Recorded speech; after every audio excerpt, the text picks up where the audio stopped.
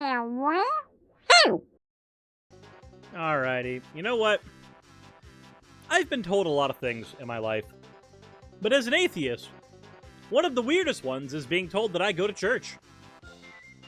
Spoiler alert, I don't go to church, but I'm told that I do. Especially now by pastors who say that I've gone to the woke church of, I guess, wokeology or something. And we're going to talk about that. But before we talk about that, as always, let's go ahead and get into the fan art section. So first, we have a 3D model, actually, that was done by Colleen. Text on here says, "Hi, Suris, always watching your videos when I'm doing my art, which is model making, and I heard in one of them that people were requesting a chibi model. I was just about to try out a new technique, so I decided I could make a practice model of Suris as fan art. This is a fully functioning VRM model, and you are welcome to use it in your streams. Just DM me, and I'll send you the file. By the way, in case this is in your fan art showcase, my neighbor's pronounced Salem." Okay, so I said Caleb, and then literally, like, right after that, it said how it was pronounced, and I'm that dumb. So, I don't know when I'm going to actually use this particular model in an episode, because it's not exactly sized for this office. I may have to work some things around, but we will see. We will see. The next fan art we have here is from JacandQuil, and they said, he said, "Yes, hello, yes, become cursed." Yeah. It was also in the stream that this was made that I was introduced for the first time to the Wonder Bread meme. And, I will forever be cursed with that knowledge. So I don't know if I like this. I think I actually kind of hate this. And if you know what the Wonder Bread meme is, and you have been burdened with that cursed knowledge as well, then you know.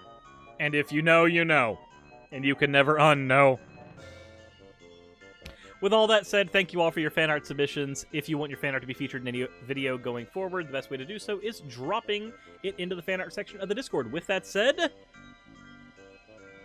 the Woke Church. Let's go ahead and take a look here. All right, brothers and sisters. Well, we already covered our first class, which was, in one way, just an eye-widener to the subject of the woke church. We defined what it meant to be woke. Because I have my notes on me, I'm just going to scroll back and give you that definition just in case some of those aspects are still fuzzy in your brain. Owen I like that they're going to give us the definition of woke. Strand defines wokeness this way: the state of being consciously aware of and awake to the hidden race-based injustices that pervade all of American society. This term has also been expanded to refer to the state of being aware to injustices that are gender-based, class-based, etc. If it wasn't for what's going on in society today, I don't think wokeness would have any more significance other than just being aware of issues. No one's arguing about the need to be aware of cultural issues, but this term has already been kind of hijacked to encompass everything found in critical race theory, everything found in Marxism, everything found in the general social justice movement. Okay, so, yeah, that term's been hijacked. I can agree with that. But you want to know who's actually hijacked it? Right-wingers. Hear me out. I heard go woke primarily, or like stay woke primarily, in African-American communities for the longest time. And I wouldn't hear it that often. It wasn't until recent years when I started hearing right-wing pundits bitch, cry, piss, and moan about left-wing ideas that they started talking about the woke. The woke. The woke. Or, like, think about it. Think of your average Geeks and Gamers or Jeremy video. Marvel goes woke! Oh my god, they have a girl now! Just fucking... Yeah, go woke, go broke. Like, just in general, I have heard it primarily as a derogatory term used by right-wingers, and they get to shove whatever they want into that definition. But... let's go ahead and continue the video as I munch on this delicious, freshly made chocolate brownie. To cover racism, not by its normal term that we would know, but by something that is inculcated or ingrained in a society or in an ethnicity in particular. What? What? And so no one is coming against racism and saying that it's wrong. No, hatred for an ethnicity is biblically wrong. But what we're seeing in the... No, it's not. Don't even fucking lie. In the Old Testament, Israelites were literally told to kill Canaanites with prejudice and dash their children on the rocks. Children who had done nothing wrong except the sin of being a Canaanite. That is racism. Do not pretend otherwise. The woke movement is not that at all. Racism is something that you might not even be aware of, but yeah, it's called systemic racism. You probably will have it. You need to get woke to these hidden evils that are inherent to your ethnicity, depending on what it is. Wait, what? No, nobody fucking says, unless you're Ghazi, nobody fucking says that these evils are inherent to you or your whiteness. And then apologize, pay, make reparations. There's a multitude of different things. So that's just covering, again, what we looked at last class. I gave you some quotes. Is literally just saying that people need to have white guilt?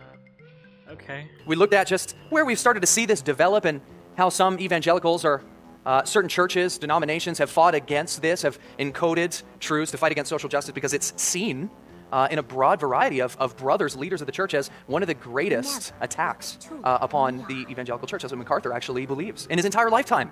Oh my god. Okay, so first of all, Mally Sheepy, thank you very much for the follow. Secondly, I'm just going to say this right now. If you think that SJWs are the worst thing happening to your church right now, no. Like, the worst thing happening to your church right now are, like, your own sex scandals.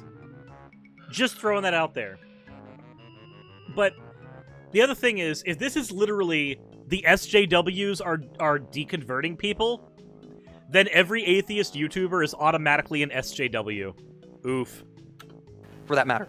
So again, just to give you a bit of that refresher from last class, and then this class, you know what, before I move on, our summary at the end of last class was essentially this. Wokeness is a war on biblical language.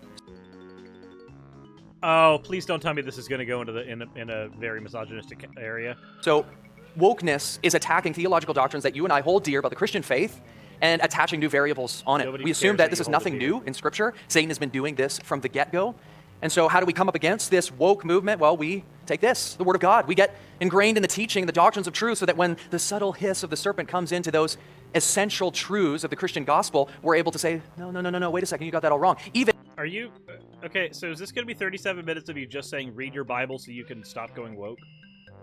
If that's the ultimate message here, then I will just click off the video. And if some of the terms, wokeness, the social justice movement, are not wrong in and of themselves, they may hide realities that are grossly unbiblical. And so our game plan last week was to take the scriptures and attack it head on. But before we do that, with the time that we have this afternoon, I want us to look at the foundation of wokeness. Of course, we can see if it attacks the gospel, we know it's satanic. But I want to look at where we have seen this encoded in the past. And I would argue this afternoon that would be Marxism. Marxism. Some of you are probably more familiar than others with Marxism. Or I bet you not one person in that entire stadium of what, 10 people you're talking to? I have no idea.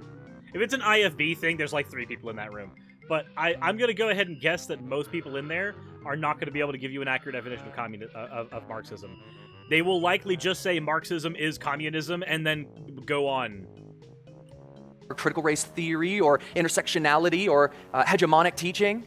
We're going to go through some of those things today because what is really, I guess, terrifying in some ways, but earth-shattering is to see how many of the realities taught in the past, originating with men like Karl Marx, have prevailed in the woke movement. Even if the language isn't necessarily used, the teaching is identical. And so for us, the greatest way to attack this is to start off, well, what did they teach? What was Karl Marx all about? If this is the theories that the worldview that is embraced today, what exactly was it based on? What does this have to do with the Bible? This is a sermon. This is a sermon to a group of Christians or potential Christians. What the fuck does this have to do with the Bible? I just want to know. Is preachers just bitching and pissing and moaning about politics going to be the new meme from Zodiac Duelist where everybody just goes, what does this have to do with Yu-Gi-Oh? When the 13,000th right-wing chud posts about how they don't like woke SJWs in Zodiac. Fucking hell.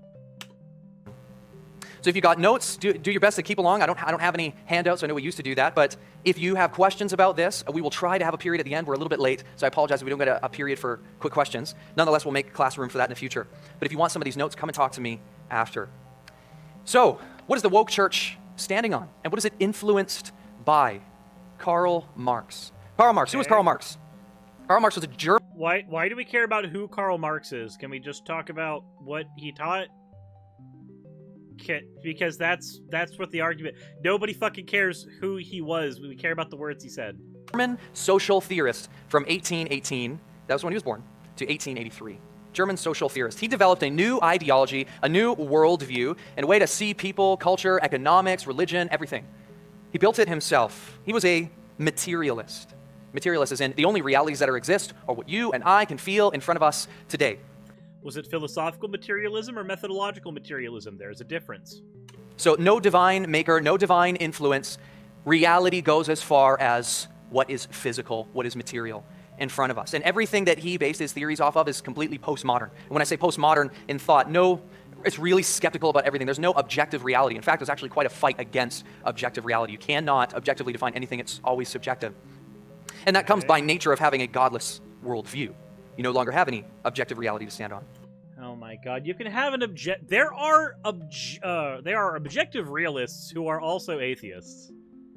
There are people who believe in objective realities who are not atheists, and who are atheists. Like, okay, please get to some meat, get to something, please.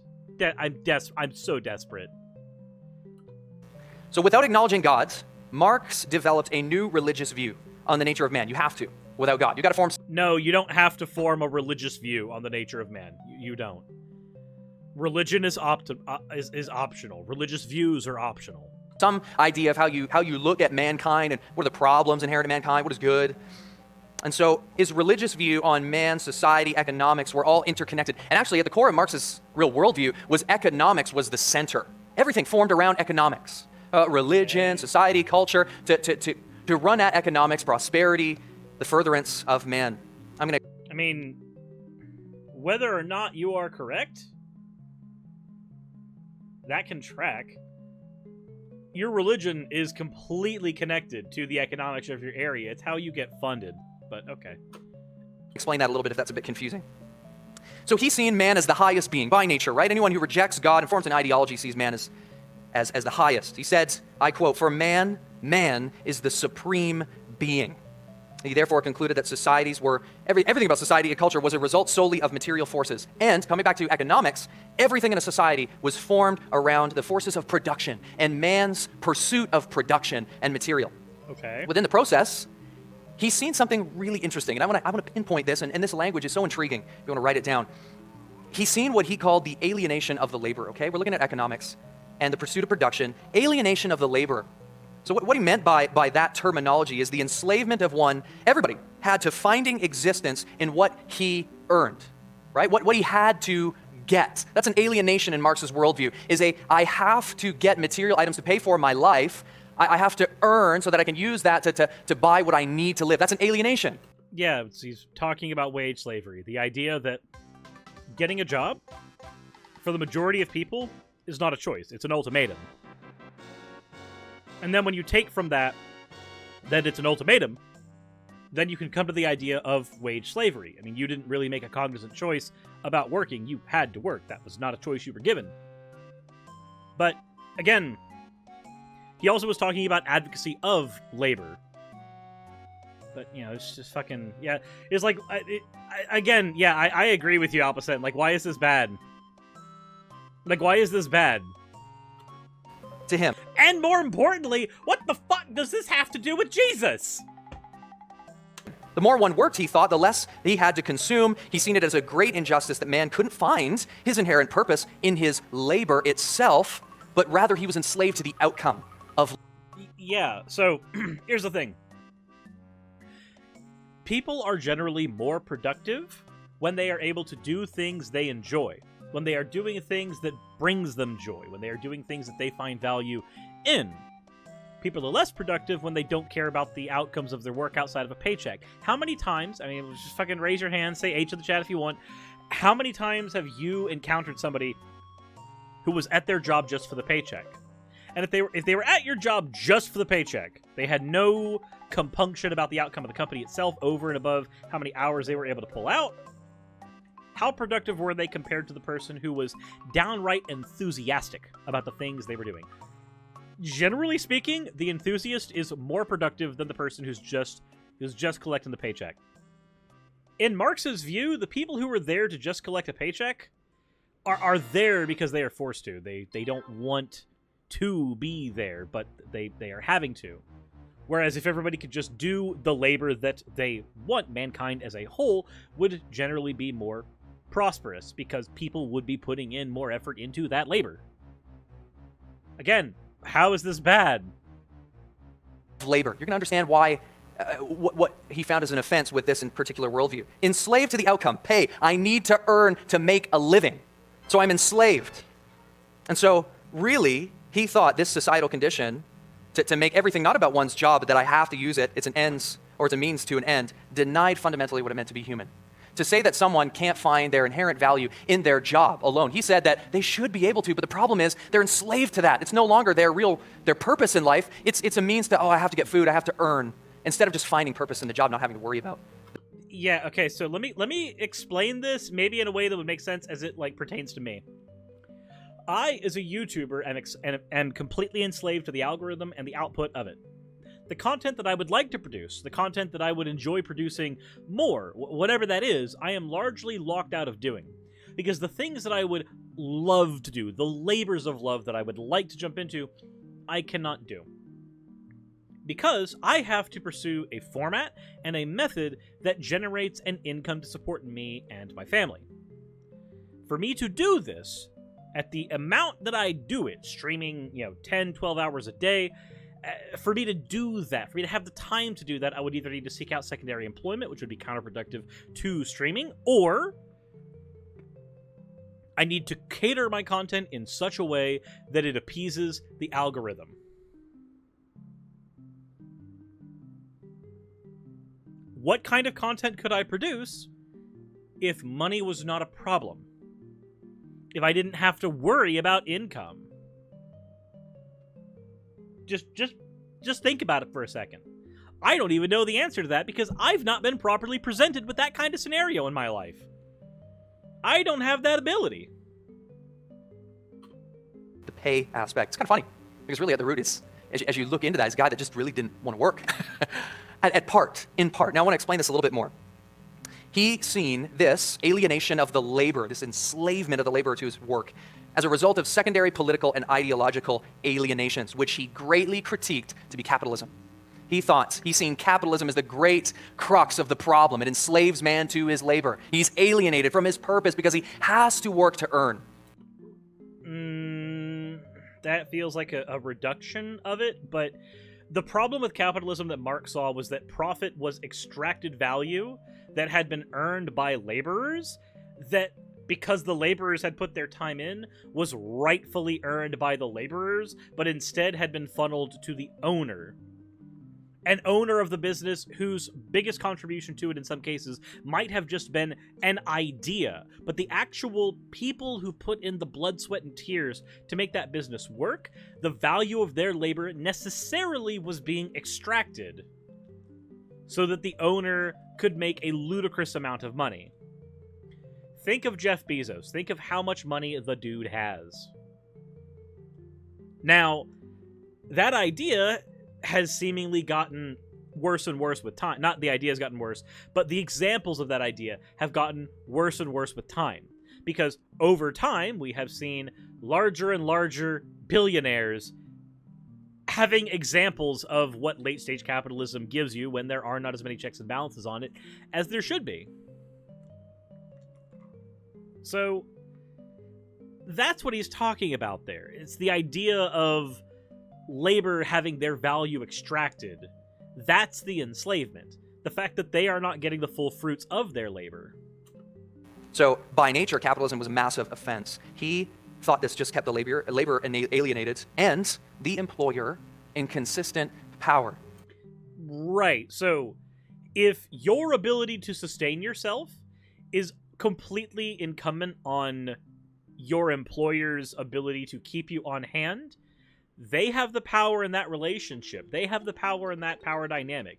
You are fully and totally alienated from that position in terms of your ability to influence. They, take a McDonald's, take a Walmart, take a Target.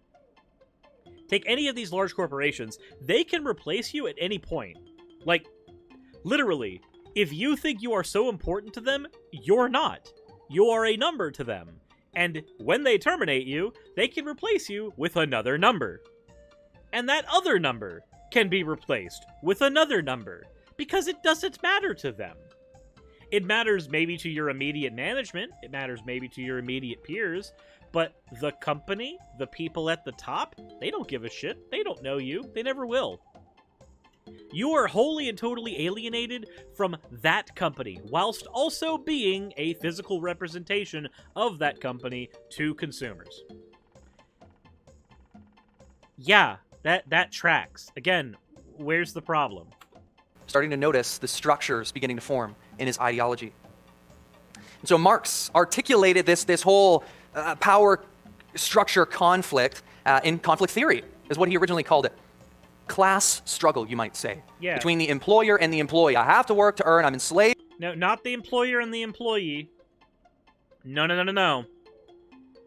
That is not what class struggle is. It is not employer and employee.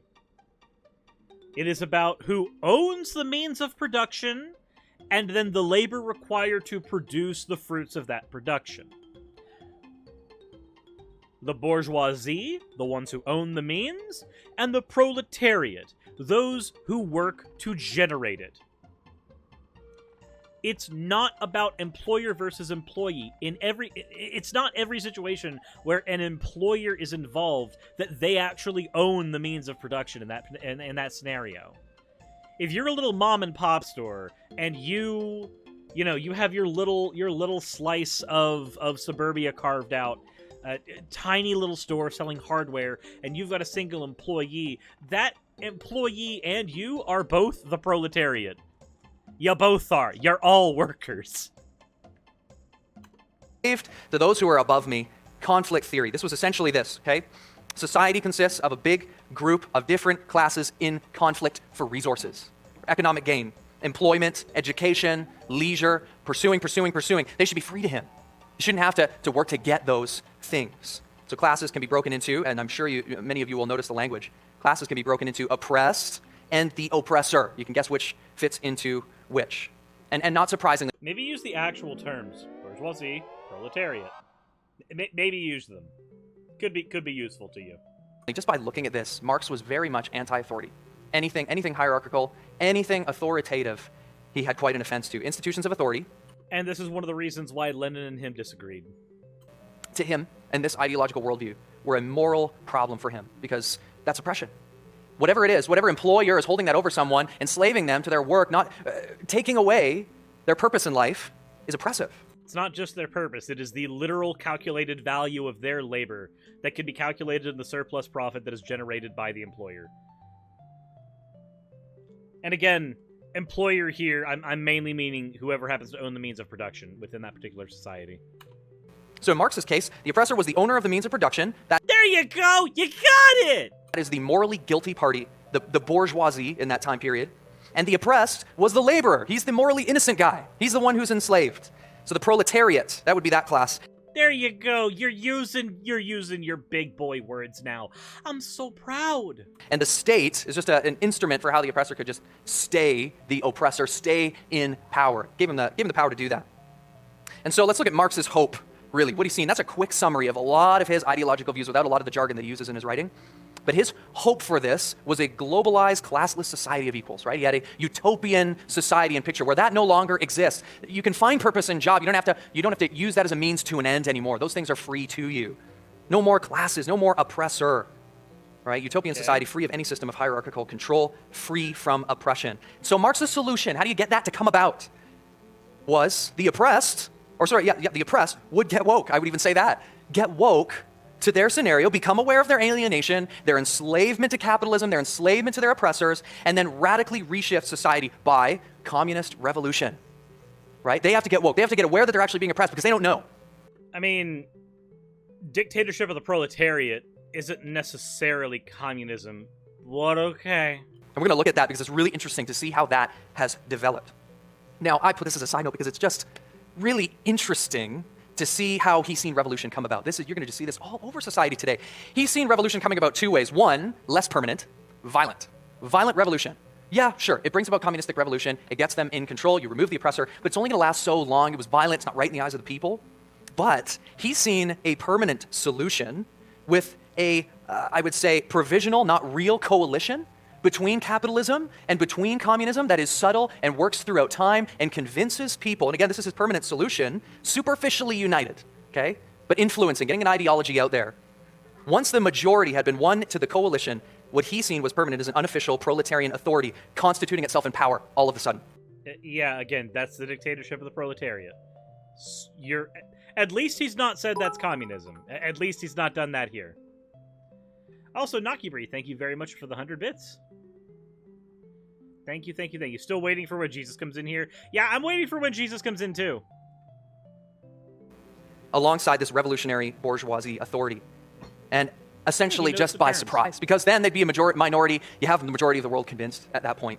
And you have permanent wokeness, permanent communistic revolution. So not permanent revolution. The revolution's over at that point. But okay. He calls it gradual, assuring of the transfer of power to the revolutionary. And Marx, at the end of his lifetime, predicted that the proletariats would do that in his lifetime, but he actually didn't. It didn't happen. So that... Right, and this is why people like Kropotkin later would write that some of the problems with Marx was their short-sighted idea of how revolution functioned, and that most people were concerned, where revolution is concerned, not with what revolution should actually mean. When Peter Kropotkin started writing about socialism in The Conquest of Bread, he actually started noting some of the problems with Marx.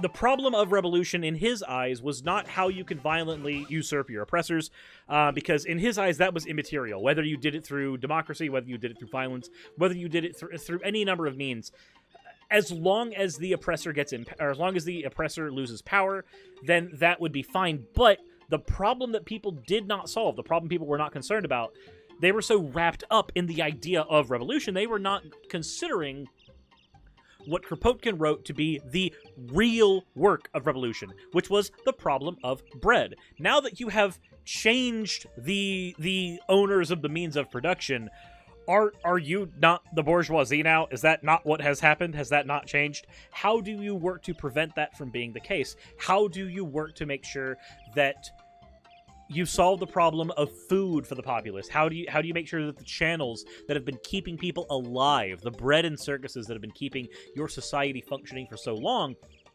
how do you maintain those after you have decommodified them? Right now, food, while it's a necessity, is also a commodity. Entertainment is a commodity, despite it being a necessity mentally.